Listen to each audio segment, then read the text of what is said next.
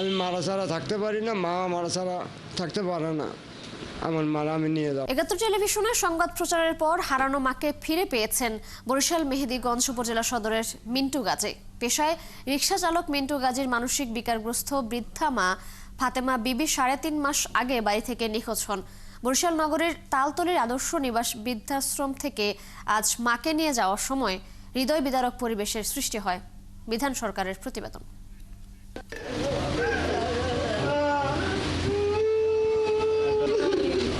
মিন্টু গাজী বলেন, তার বাবা মোহাম্মদ গাজী মারা যাওয়ার ৫ বছর পরেই তার মা মানসিকভাবে বিকারগ্রস্ত হয়ে পড়েন।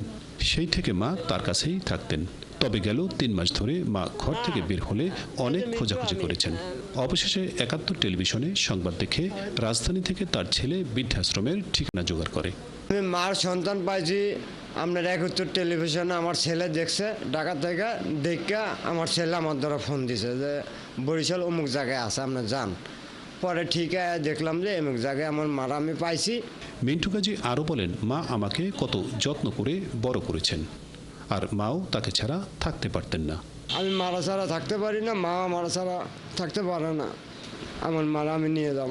প্রতিবেশীকে পাইছি, তার জন্য অনেক খুশি, খুব আমার কাছে খুব আনন্দ লাগতেছে। ঘরহারা মানুষ তো তাদের পরিচয় যদি পাওয়া যায় তাহলে সেক্ষেত্রে আমরা খুবই খুশি হব, কারণ আমরা চাই এটা যে সব ঘরহারা মানুষগুলো তাদের পরিবার খুঁজে পাক এবং তাদের আশ্রয়ে ফিরে যাক। মাকে ফিরে পাওয়ায় মিন্টু গাজীর প্রতিবেশীরা খুশি।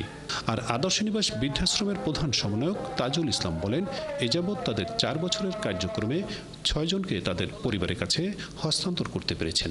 আজকে পর্যন্ত ৬ জনকে আমরা পরিবারের কাছে হস্তান্তর করতে পারছি। এজন্য আমরা এটাই আমাদের বড় সফলতা, এবং আমরা তাদের পরিবারের কাছে হস্তান্তর করতে পেরে আমরা খুবই আনন্দিত। বিধান সরকার, ৭১, বরিশাল।